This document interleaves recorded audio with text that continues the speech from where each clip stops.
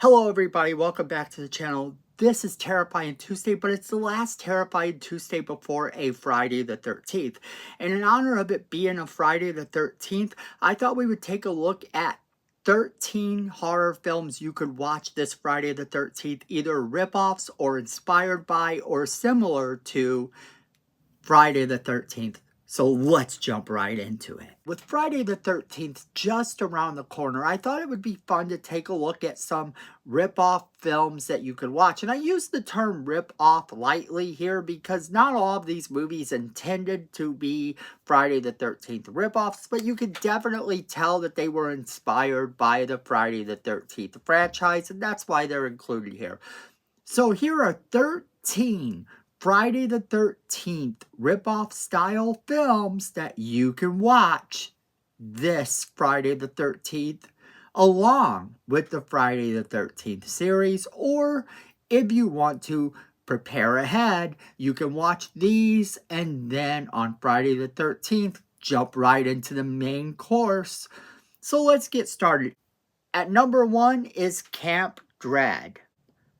And Camp Dread is a 2014 horror film written and directed by Harrison Smith, starring Eric Roberts and Danielle Harris. Now, Danielle Harris is not in this movie for very long.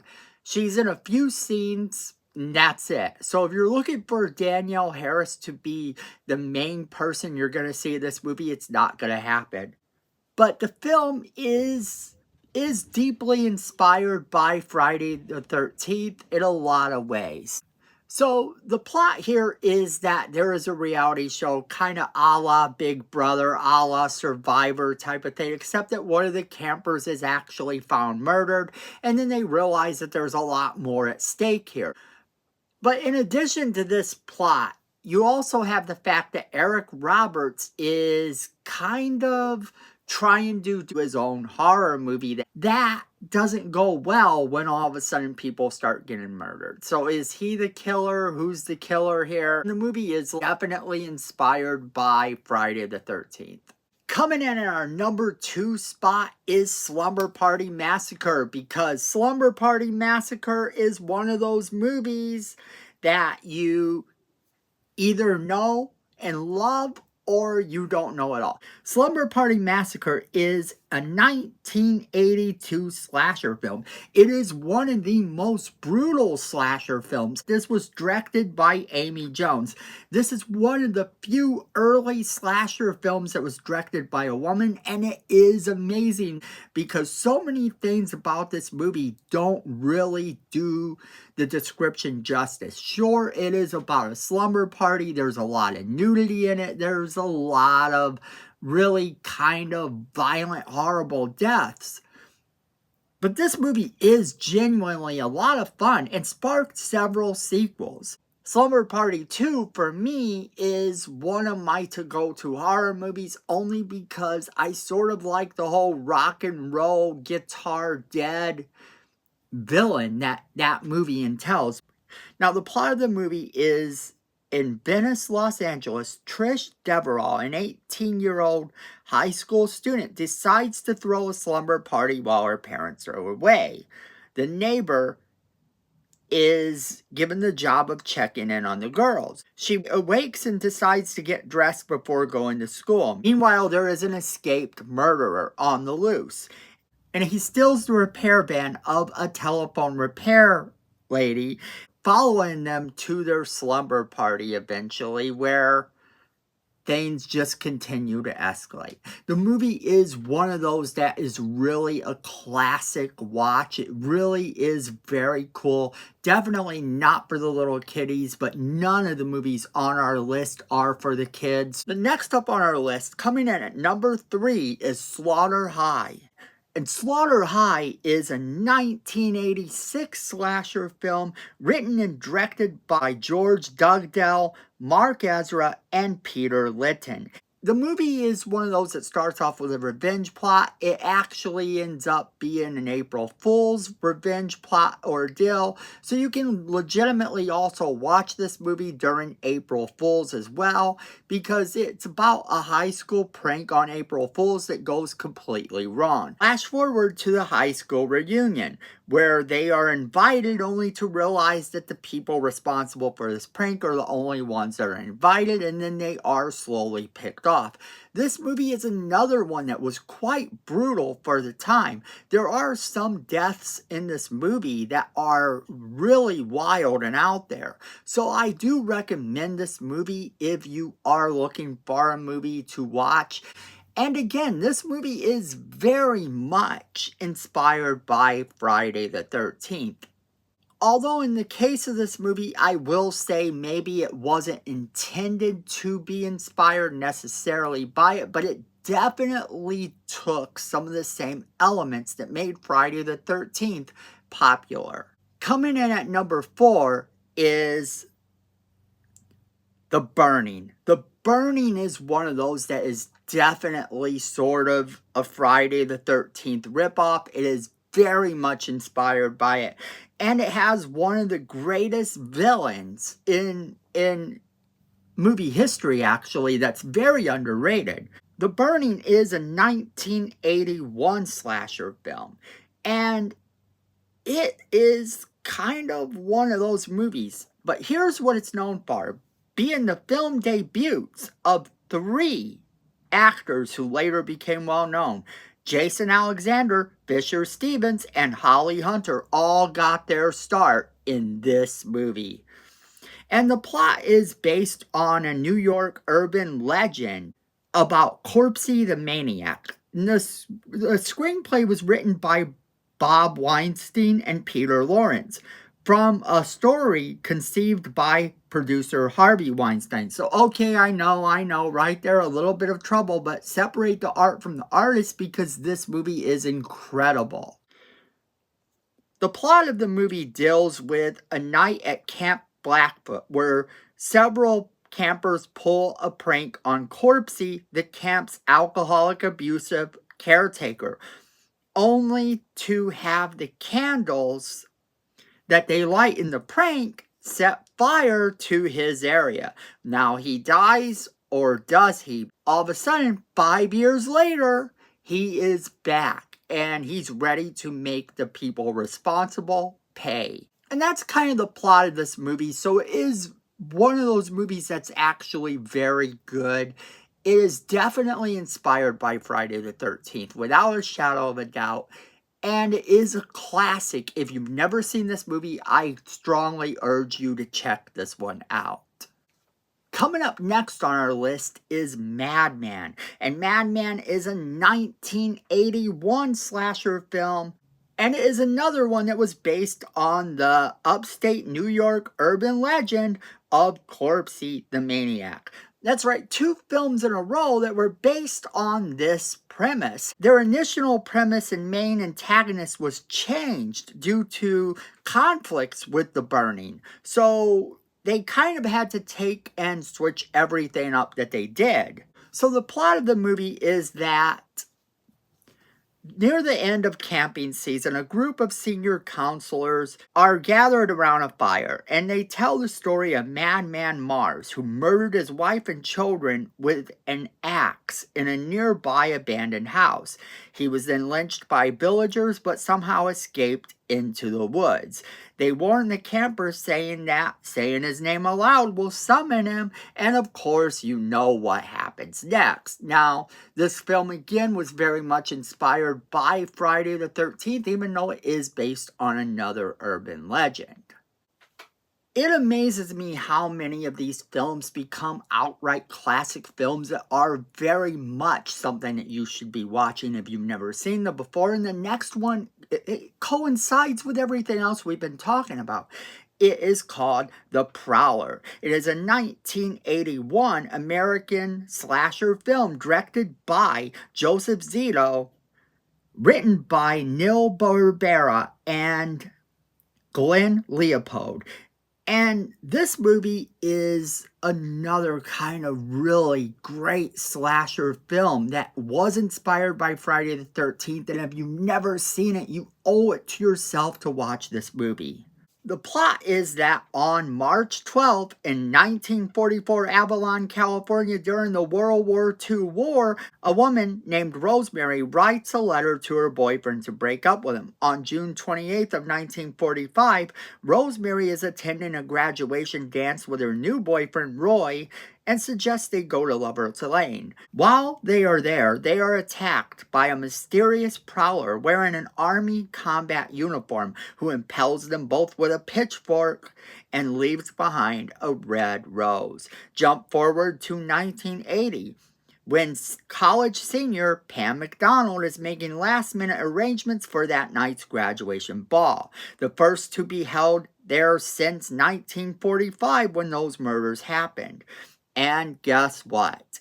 Once more, the Prowler reemerges and begins slicing and dicing everybody up. This is another one of those classics that if you have not seen this movie, you definitely owe it to yourself to check it out. Next up on our list is yet another very classic film, definitely inspired by Friday the 13th. But this film is one of my all-time favorites. I watch it every November 5th when my birthday comes around, and that is Happy Birthday to Me. Happy Birthday to Me is a 1981 slasher film directed by J. Lee Thompson and starring Melissa Sue Anderson and Glenn Ford. Now, this movie is very, very much, like I said, inspired by the Friday the 13th franchise, and the plot to this movie is Virginia Jenny Wainwright is a pretty and popular high school student at Crawford Academy and a member of the school's top 10. An elite clique of the most privileged and popular students. Each night the group goes out and meets at the Silent Woman, the tavern. Well, on her way back, a friend of theirs is attacked by an unseen assailant. Eventually, she ends up dying and becomes the first victim in this movie. And the plot from there is absolutely wild. It is definitely one of my favorite movies of all time. And you could do so much worse than this one. Next up on our list is The Mutilator, originally entitled Fall Break, a 1984 American slasher film written, directed, and produced by Buddy Cooper and co-directed by John S. Douglas. And the film follows a group of students who travel to an island during the fall break only to be stalked by one of the students' fathers. And it is very much inspired by Friday the 13th. It is one of those movies, you will either love this movie, you will hate this movie, but it is one that is on this list for a reason. I urge you to check it out if you've never seen it before. Our next movie is Final Exam. Final Exam is a 1981 American horror film directed by Jimmy Hudson.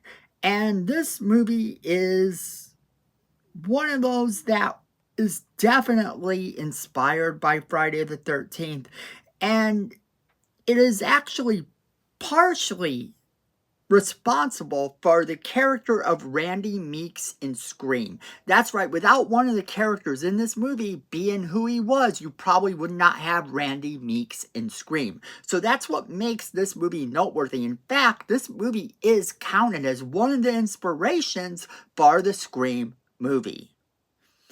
So it starts off one night at Marge College, a couple are making out in a parked vehicle. An unseen assailant slices the vehicle's roof and murders them both. And then from there, it is kind of like a mystery of who did it. Who is the killer? And it's really fun for that as well. Alright, next up on our list is Don't Go in the Woods, also known as Don't Go in the Woods Alone, from 1981. It is a slasher film directed by James Bryan and written by Garth Ellison. The film follows four campers who are confronted by a murderous mad woodsman, slaying hikers and all that along the wooden mountainside. Yes, it is very reminiscent of Friday the 13th, and this one made it to the Video Nasties list. If you don't know what the Video Nasties list was, the Video Nasties list was a list of movies that were deemed way too violent, that were just outright gory and horrible, and they had a huge problem with them. That's kind of the thing about this movie that definitely makes it worth watching and separates it from Friday the 13th, but it is still very reminiscent of it, and you could do a lot worse than this one as well. Now, next up on our list is Berserker, also known as Berserker the Nordic Curse, from 1987, and it is an American slasher film directed by Jefferson Richard. And this plot revolves around a group of campers who are stalked by a Viking berserker. Yeah, you heard it, a Viking berserker. But there is definitely shades of Friday the 13th to this whole thing, dealing with campers. So yes, it is on this list for that reason. You could do worse than to watch this movie, but you could probably do a whole lot better.